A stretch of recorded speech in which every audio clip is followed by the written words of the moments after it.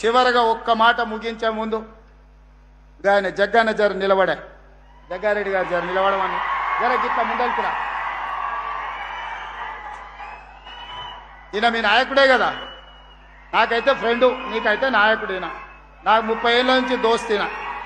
ఈయన అప్పుడప్పుడు నేను నిలబడను, నేను అది కాదు, నేను ఇది కాదు అని ఏదేదో మాట్లాడుతున్నాడు. ఈయన నిలబడేది నిలబడంది నేను కానీ, మా మహేష్ గౌడ్ కానీ, మా ఉత్తమన్న కానీ నిర్ణయించాం. జగ్గారెడ్డి కూడా నిర్ణయించలేడు. జగ్గారెడ్డి నిలబడాలన్నా వద్దా, నిలబడితే యాడ నిలబడాలనో రాహుల్ గాంధీ డిసైడ్ చేస్తాడు. రాహుల్ గాంధీ డిసైడ్ చేస్తాడు.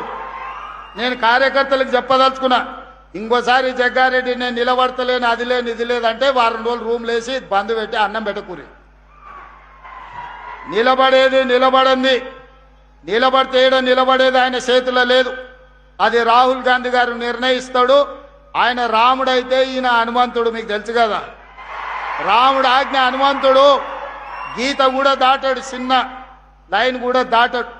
కాబట్టి మీరు అదృష్టవంతులు, ఒక రకంగా దురదృష్టవంతులు.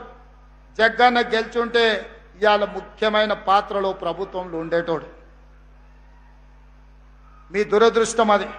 కానీ మీ అదృష్టం ఏంటంటే ఓడిపోయినా మీ ఎంబడే పిచ్చోన్లాగా మీతోనే తిరుగుతున్నాడా.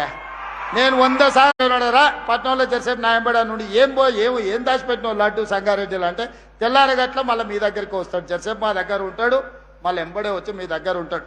ఇంత మంచోడు. మీరు 100 కోట్లు ఇచ్చినా మీకు నాయకుడు దొరకడు, 1000 కోట్లు ఇచ్చినా, వజ్రాలు ఇచ్చినా దొరకడు. ఆయన మీ మీద చూపించే ప్రేమ ఎనలేనిది. ఇట్లాంటి నాయకులు ప్రజా జీవితంలో ఉండాలి.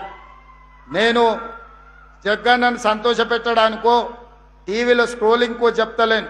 నేను మనసు నిండా నమ్మింది చెప్తున్నా.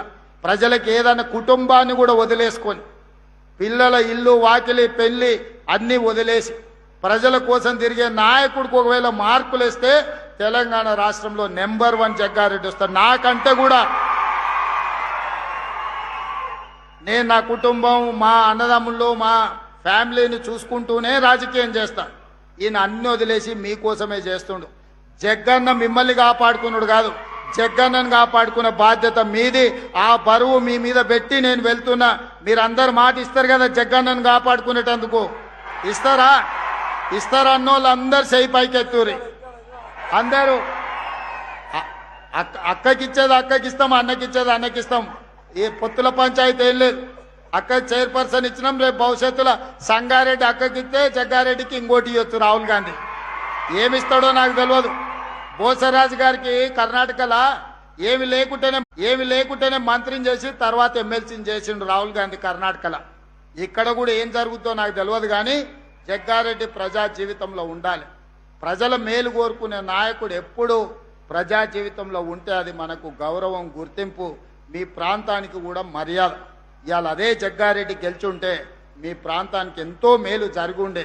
అయినా మీ మధ్యలోనే ఉంటున్న జగ్గారెడ్డికి మీరు అండగా నిలబడండి అని ఒక సోదరుడుగా, కాంగ్రెస్ పార్టీ కార్యకర్తగా మీకు విజ్ఞప్తి చేస్తున్నా. ఇలాంటి వాళ్ళు ప్రజా జీవితంలో ఉండాలి, 10 మందికి ఆదర్శంగా ఉండాలని కోరుకుంటూ మీ అందరి దగ్గర సెలవు తీసుకుంటున్న. ధన్యవాదాలు మిత్రులారా.